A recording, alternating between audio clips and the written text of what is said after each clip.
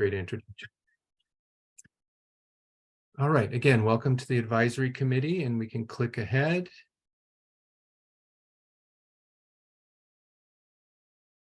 So our first item is the year ahead, the program year ahead, and we're starting to map out what that might look like in a calendar.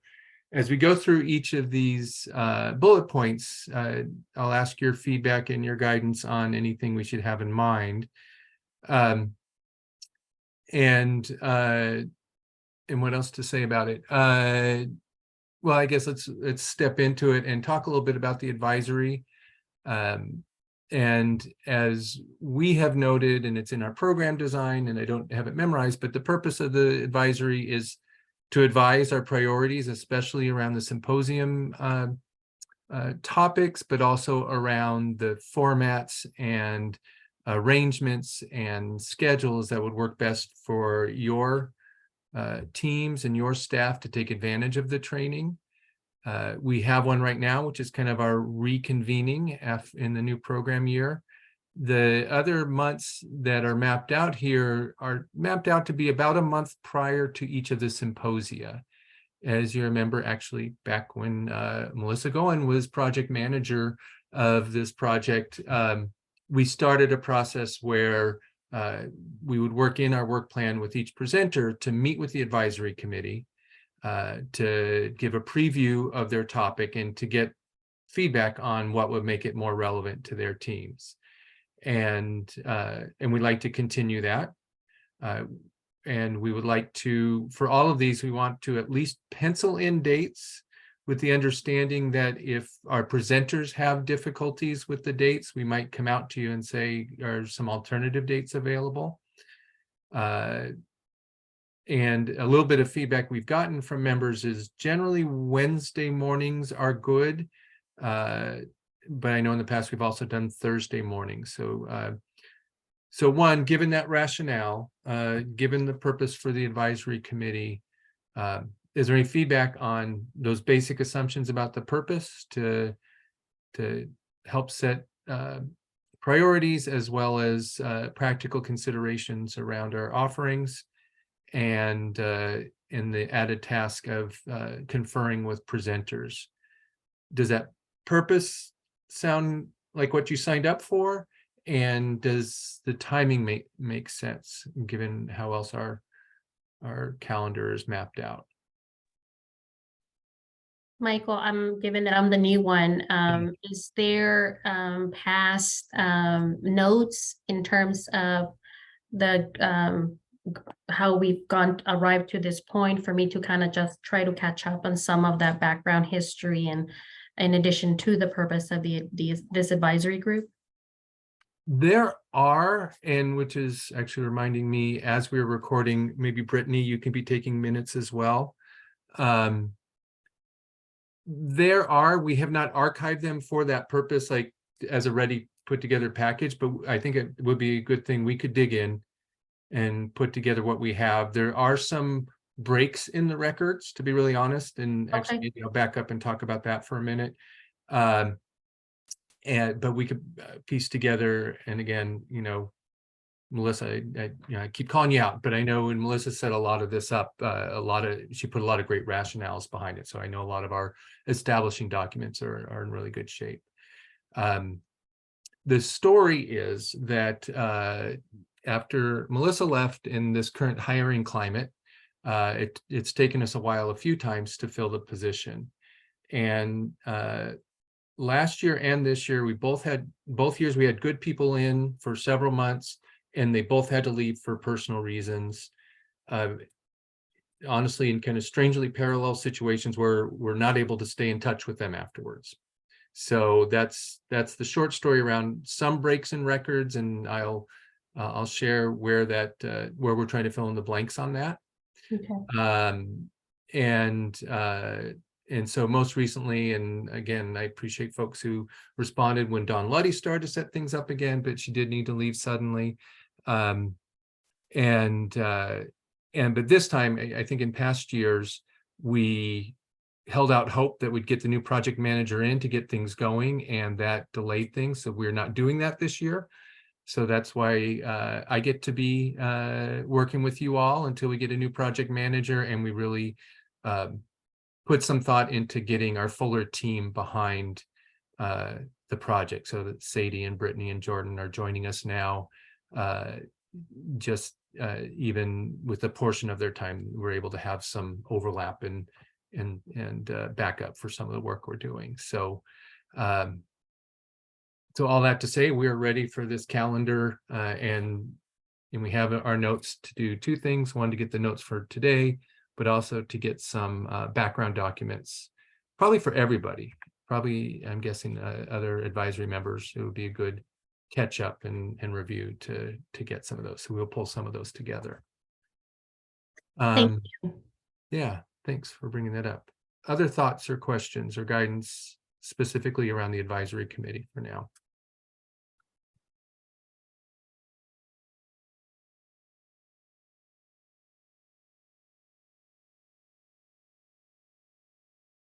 And the other thing we can commit to sharing out in a written form are kind of those bullet points that I noted about our understanding of the purpose. And maybe between now and our next meeting, we can get your feedback on that. I'm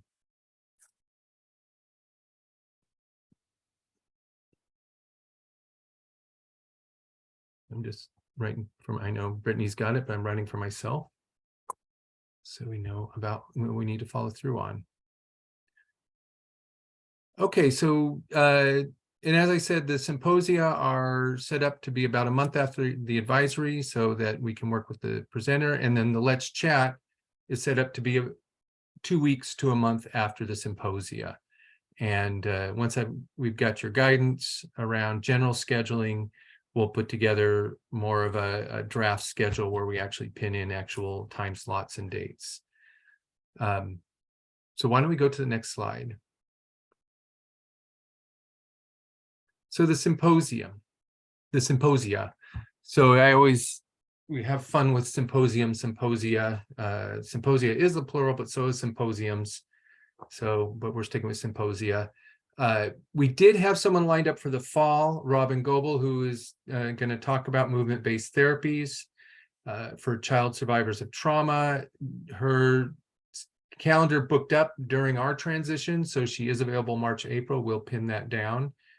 The other themes for member input, and thanks to some of you, or maybe all of you, who met with Dawn in March and then responded to my follow-up requests for your memory of those meetings, because I have a feeling Dawn may have handwritten them and we can't get a hold of them. So we're piecing together what we learned. We do know, and I do remember from planning with Dawn, that legal issues around court testimony for therapists was a hot button issue, and Dawn had started on doing some research on presenters. And we can continue that research and follow through, because there's been some groundwork on presenters. That is, if it works for folks, that is probably our most likely topic to be able to do in the fall, because I think we can follow through on it. But here are other things that we were hearing from folks.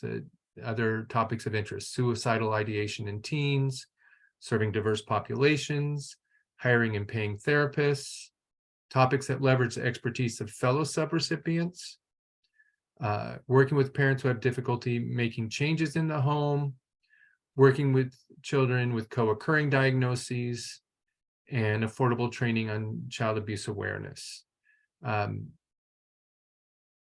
So I'd like to hear from folks, maybe in chat, if you want to pick the 3 or 4 that resonate most for you. If you want to put that in chat, we can use that as an informal survey, or anything else you would add.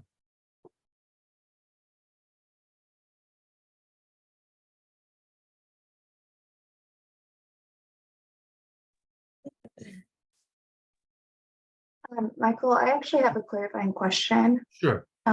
In my review of your final progress report, I saw that you had contacted a speaker for fall 23. Right. That would be speaking on therapeutic strategies for nonverbal children. Right. And I'm not seeing that on here. Will that be covered later in this presentation? So that's the March, April presenter. That's Robin Goebel, who it is for nonverbal children, movement-based therapies. So Okay. that's who we were in touch with. And then she ended up booking up her fall during the transition with Dawn. And so we're looking to her for March or April. Okay, and no speaker's been identified regarding that first topic, legal issues around court testimony, is that correct? We have not identified a speaker. We have identified a list of potential speakers, and I think some research is needed because I want to make sure, and as with everything, I think if members have recommendations on a topic of legal possibilities, there's a lot of qualified attorneys out there. It would be great to get someone with deep experience with the type of work you're doing. And one thing we thought of doing is doing a call out to the subrecipients, say, do they work with legal counsel who could speak well to this? And which might get to that, whatever that is, that fifth bullet points of leveraging the resources and expertise of members, because we want to make sure it's relevant, directly relevant to the work.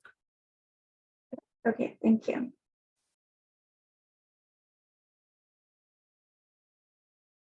Okay, so we got a couple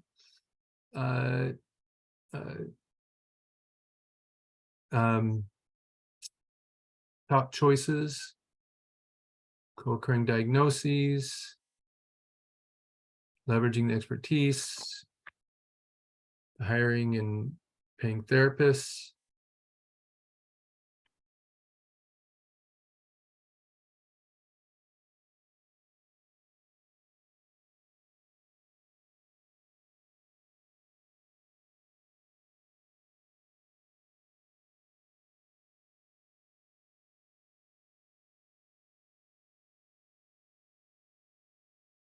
Just working in the field and not just with therapists, the hiring, attracting, supporting professionals is a topic of a lot of interest. So we have a sense that it will resonate with members. What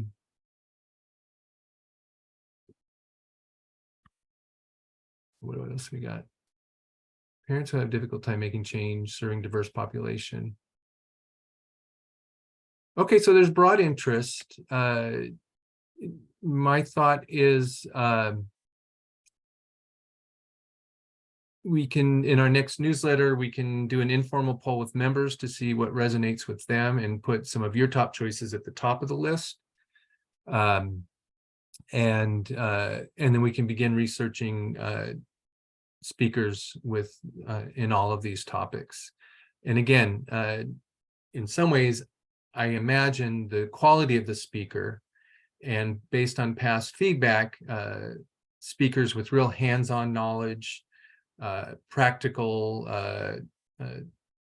activities and practical tools, as well as opportunities to practice the tools in the session, were feedback we've had in past evaluations that people would like to see more of. And so we will look at it through that lens as well.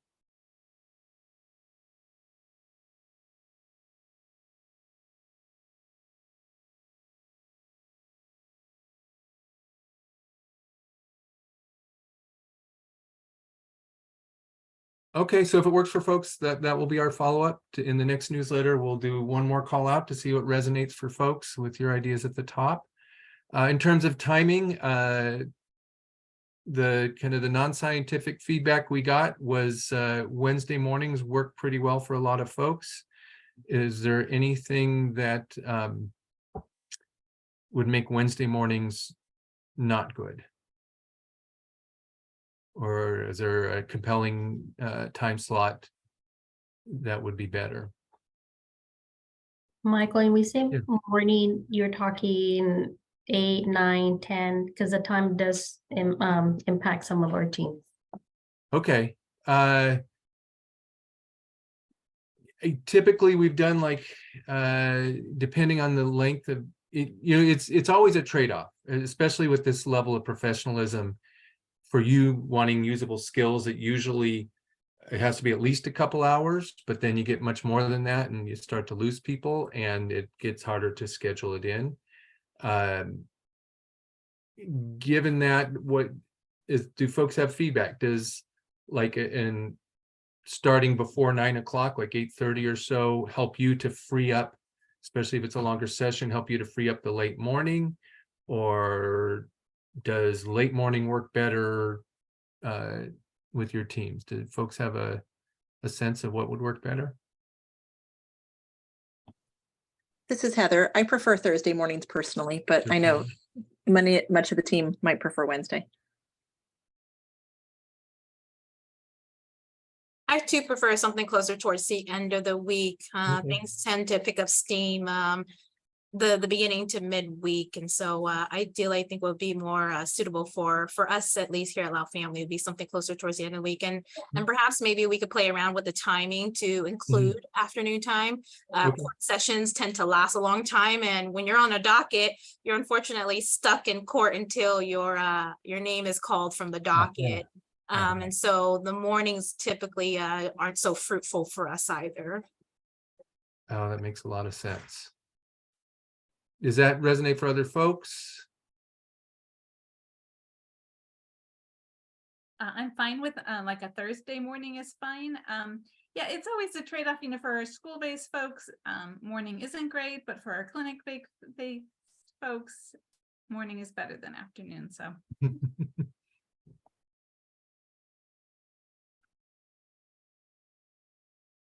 maybe we can do another. Do like one, you know, some in the morning, some in the afternoon, just so everybody gets a chance. Okay.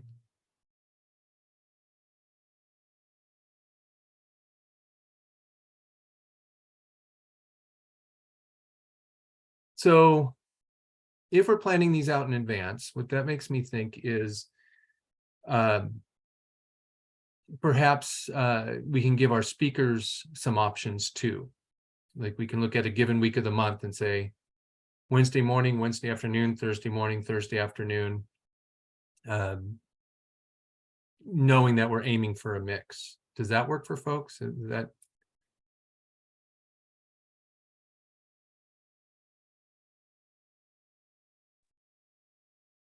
Michael, I know this isn't part of the discussion of timing, so I apologize if this is the inaccurate point to bring this up, but perhaps maybe we can even include language of it being a certificated training. I know it's not an accredited training by any means, but I also know how much OES loves it when we send staff to training.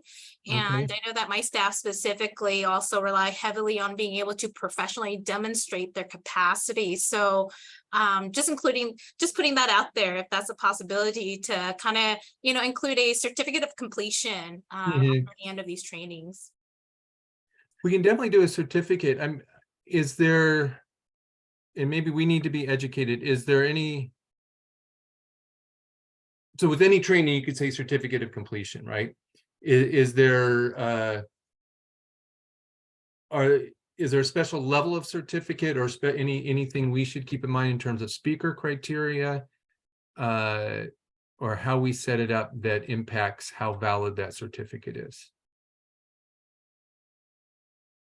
I'm open to what that discussion might look like in terms of what we feel best, how we want to formulate what that would look like. I guess my overall intent is also meeting my staff's professional development capacity as well. I know that they rely heavily on these opportunities, but at the same time, would like more of a formalized completion offer in terms of being able to demonstrate in their professional portfolio that they've been given suitable and adequate training towards the topics we're discussing. Okay. Anybody else have any thoughts or guidance on what we should include in a certificate? At the minimum, we can certify people went through the training.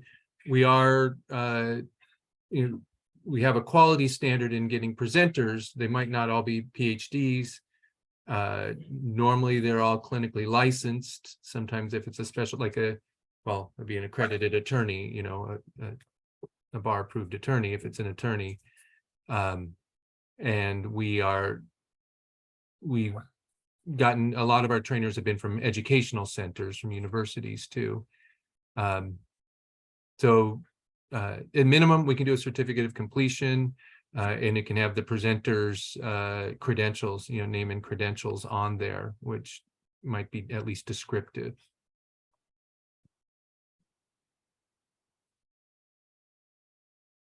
Okay, that's really helpful.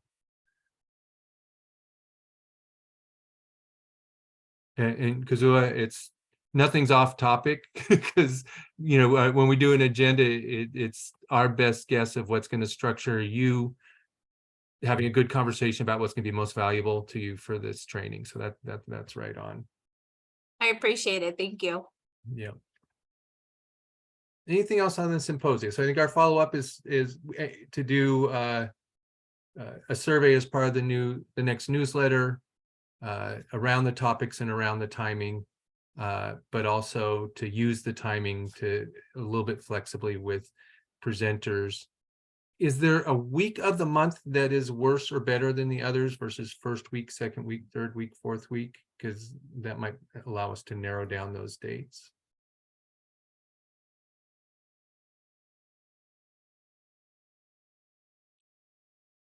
Well, that's an interesting question. At first I was thinking it didn't really matter, but actually for us, probably the last week of the month isn't the best because there's a pressure of getting all your notes done for the end of the month billing.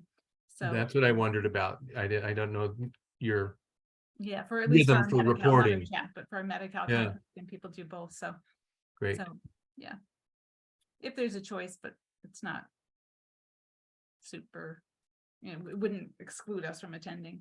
Great. It's on the fourth week. Okay. I think that timing wise for us, it's not too large of a hassle, whether it be the beginning or the end.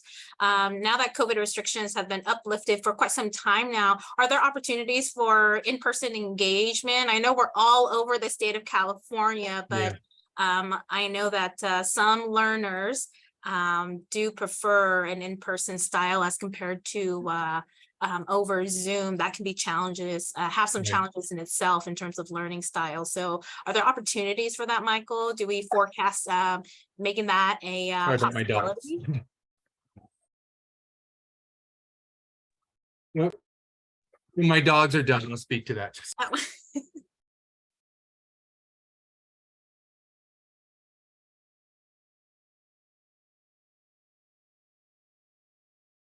Okay. What do folks think? I think, and we can talk a little bit more with Melissa about what that might look like. I think there is room in our program budget to do that possibly.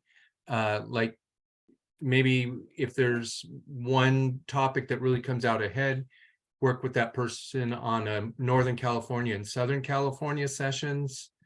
What do other folks think? And even then, California is a big state. So what are the considerations around travel and the value of in-person learning versus the logistics of it?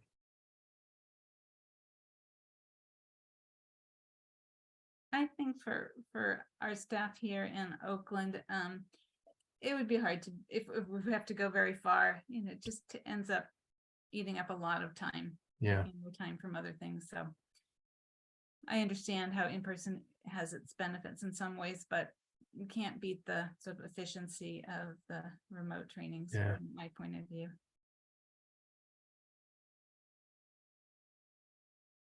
In my experience, if the session is only going to be an hour to 2 hours, just like what Selena said, it's a long time to travel just for a short period of time. So I would think that if we were going to do something in person, may want to consider more of an all-day type event to make it worthwhile. And I know that requires more planning. I know that people do want an opportunity to meet and be in person. And I'm on a number of different committees, and it sounds great until the day of the meeting.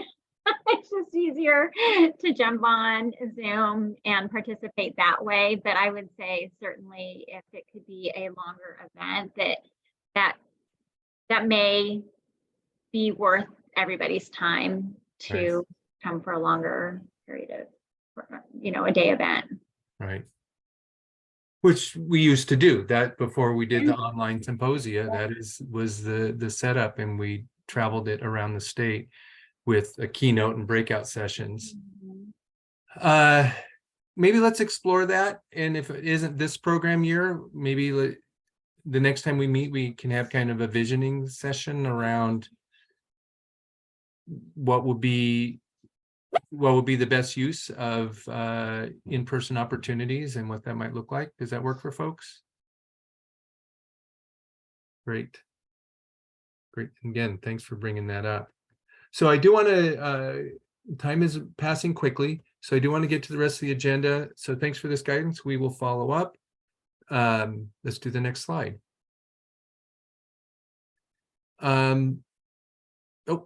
Back to Let's Chat, and there's a lot of content here except a placeholder to recall what we're doing the Let's Chat around. And the purpose was we would try to get the symposium presenter in to do more interactive follow-up.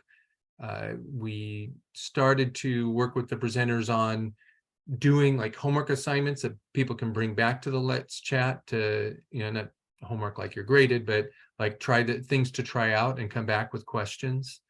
And then it's also usually a good dialogue session with updates from OES and any subgrantee, subrecipient feedback. Does that still match to folks what you think would be useful?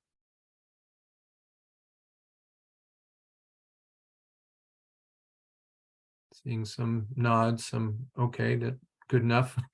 We'll see how they go. Let's see how they go. As this group meets, let's regroup and see how they go. And we'll share out we've shared out right? Have we shared out the 6-month program plan or the full year program plan? We will after this if we haven't. And so you can get a sense of where things will fall out on the calendar and get a picture of it. But for most of our remaining time, I do want to go to the next slide to talk about the website. So things to look for on our websites, improvements, some of it's behind the scenes, some of it kind of just little conveniences that may or not have benefited you yet. But in this last year, we have been able to, with many thanks to Jordan and our web contractor, to make some improvements on the website, including the newsletter sign-up form, an interactive map of subrecipients, which I'll get back to because there's some guidance we would like to get on that. We have event sections with scroll down wheel featuring graphics from each event. We have recordings of the events, and we improved the mobile interface for the CVCA website. And I don't know if there's any feedback if anybody has happened upon it. One of the things I think we know we need to be doing is making it really useful so that you do use it and we have traffic on it and you have feedback on it. But are there any thoughts about what the website so far?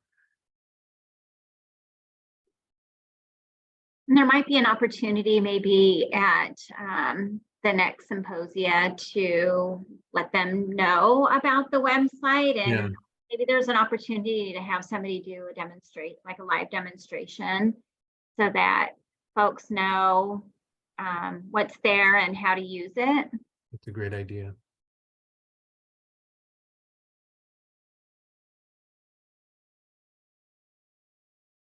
So speaking of demonstrations, why don't we go to the next slide? So some things I'm going to hand over to Jordan in a minute, who's going to show samples of some of what we're thinking of right now as improvements, including the symposium registration page, upgraded search engine interface. Some of it you can demonstrate, some of it you can't. A blog for resources, and social media integration and improved graphics. So Sadie, I don't know if Jordan is a co-host, but why don't we make Jordan a co-host and then hand it off to him. Hello, everyone. All right, I'll start off by sharing this with everyone. This is an existing feature of the current website that is live. As Michael mentioned, we're going through an update, which is not live as of yet, but Nicole, that is a great idea to do a demonstration once we get live on it, so folks know how to find all the resources and find all the materials that they'll need. This has been on our website for a while, and I believe Michael will go over at the end of the question of if we want to add folks' contact information to be integrated into the map, so folks can identify different recipient locations and who they would want to contact at those sites. Jordan, you're making me remember one thing we are going to be doing that I didn't put in the notes anywhere, which is put the URLs for each of these organizations in those profiles. We'll be doing that as a next step, but go ahead. Yes, that too. And then this I'm going to jump over to. Can everyone see my screen pretty clear? Awesome. This is draft 1 of the website update that will be coming soon.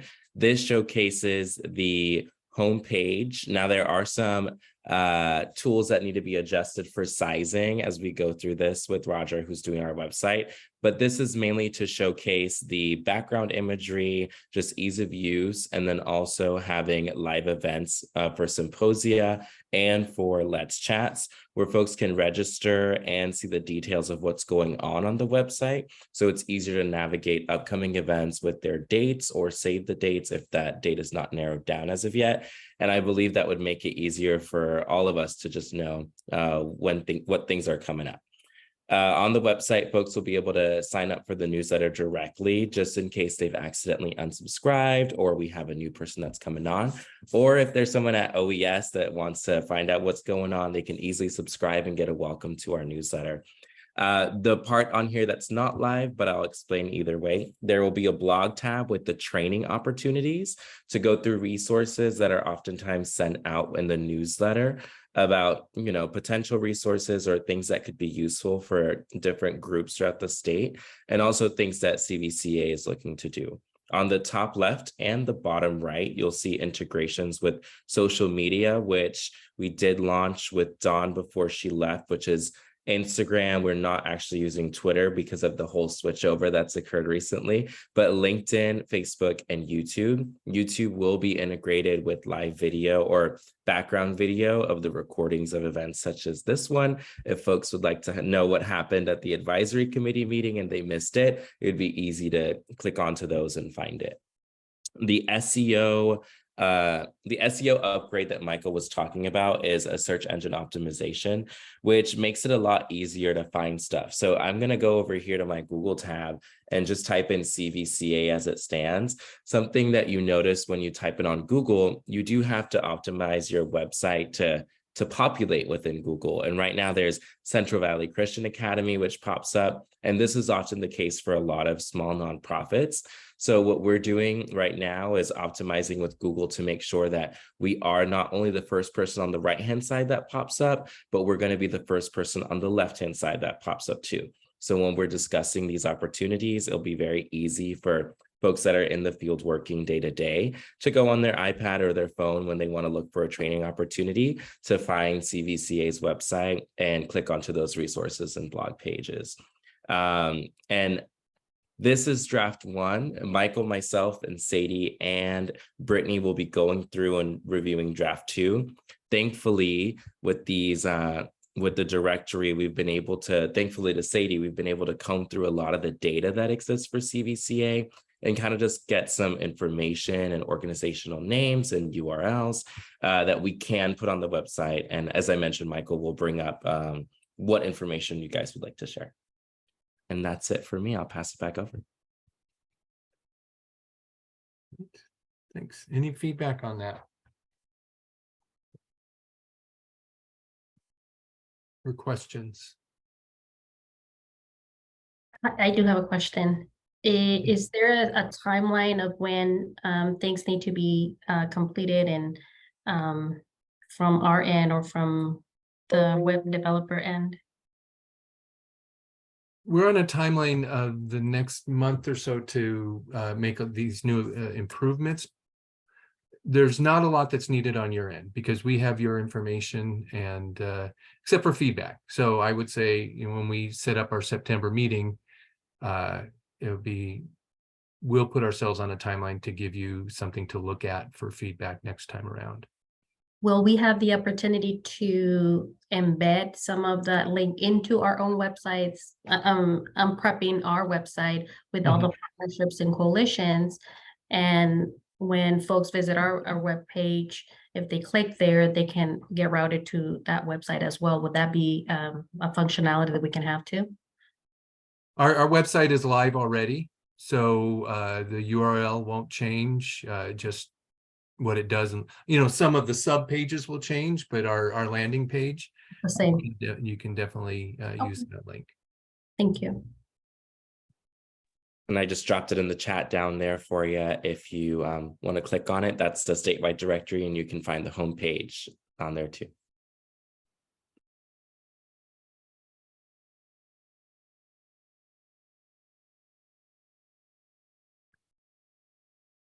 All right, well, then we will, if we can get the PowerPoint back up. We have two guidance questions we're asking of you. The first is, so down at the bottom where it says other priorities, the member directory.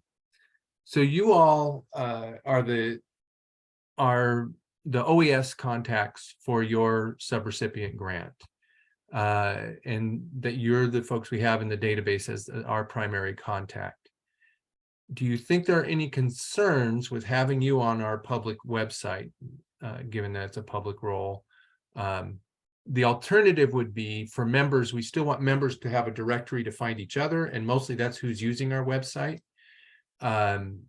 If folks had concerns about it being on a public website that won't be widely used by the community probably, although it may be if folks are doing a search for your type of service, we could do just a PDF that we keep updated, like a contact list that we share out with subrecipients.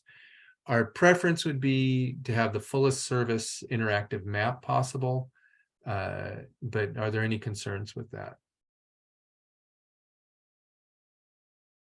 My only concern would be if there are changes with those contacts and how frequently, number one, you would be made aware of those changes, and then how frequently you would want to update the website. That would be my only concern with having specific names tied to each of the subrecipients.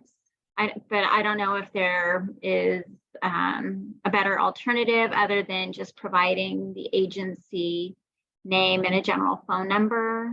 And then if somebody needs to reach out, then they could be directed to the correct person. I don't know what other thoughts and opinions people have about that.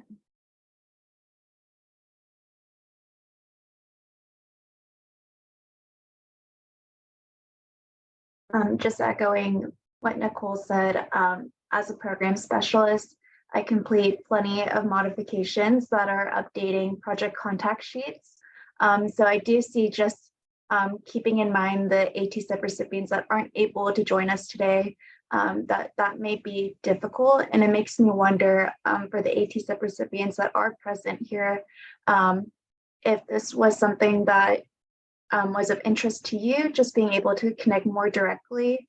And if so, if there's other ways that you're interested in doing that, that wouldn't be disclosing your personal email address and what type of interactions you're interested in having with other AT funded subrecipients.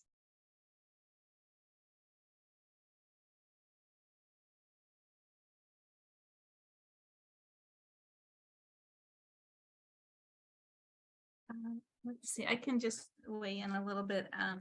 I don't have any concerns sort of security wise about having my work contact information there, but I think Nicole makes a very good point about, you know, people and numbers change, and I can't say that like the first thing that would come to mind to me if I were leaving the organization would be to let you know that. So So that's a real thing. In terms of contact with other agencies, I can certainly see it like in terms of making referrals. If we have a client who's moving to a different area, that kind of is what comes to mind in terms of one way that I might want to reach out to another organization.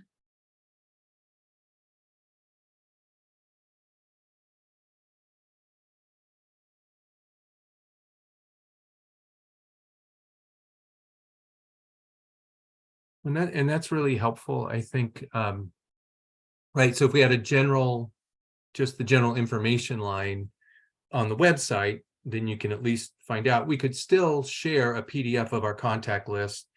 And because it's not on a public website, it's a little caveat emptor, that if you email someone and they say they're not at the organization anymore, then we'd be glad to help and work with OAS on finding out who the current contact is. But and we'll do our best to keep it updated. But there is a little less of a public facing resource that looks like it's out of date. So if that works for folks, we can make sure we have your URL and your general contact phone number, but then also share with the subrecipients at least our most current contact list. Does that work for folks? Seeing some nods. Okay, great. That will be our follow-up. Then we will add the general access phone numbers and URLs to the directory and work on a PDF contact list that we'll share with subrecipients. Resources. So Jordan kind of noted the blog link on our website, and that's where we want to keep current resources.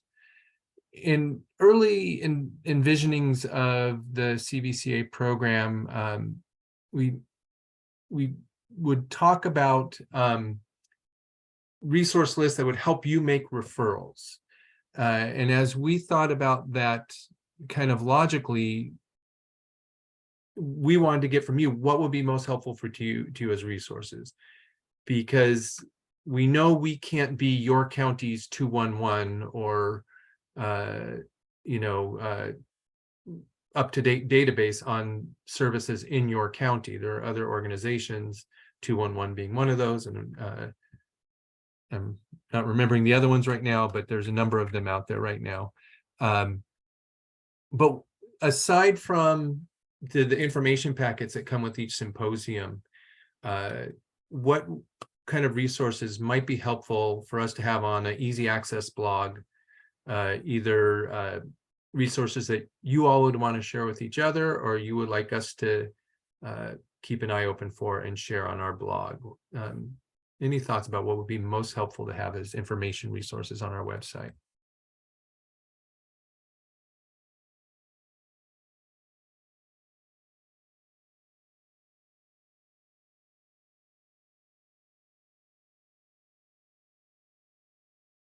And actually, as I'm saying that and getting to the 11 seconds, you wait for silence when you ask a question.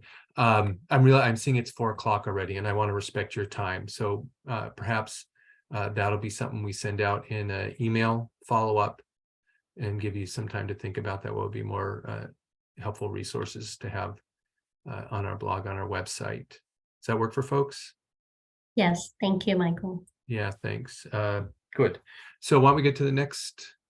I think that might be our last content slide. Yep.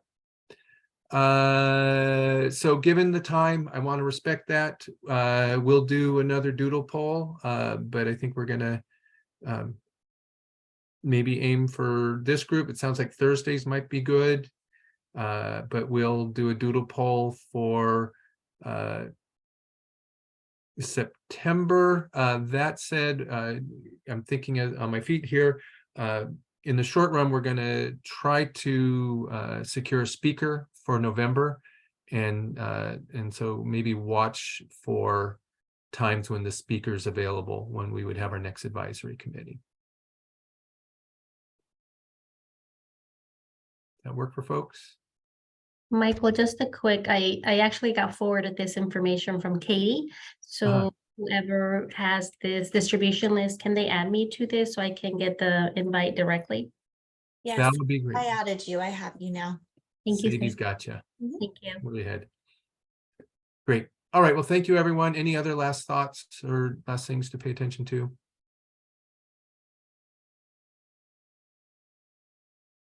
Thank you, Michael. Thank you. All right. Thank you. We're Good to see excited to get everybody. going. Bye. Happy Monday, everyone. Have a good one. Have a great Bye. week. Bye. Mm.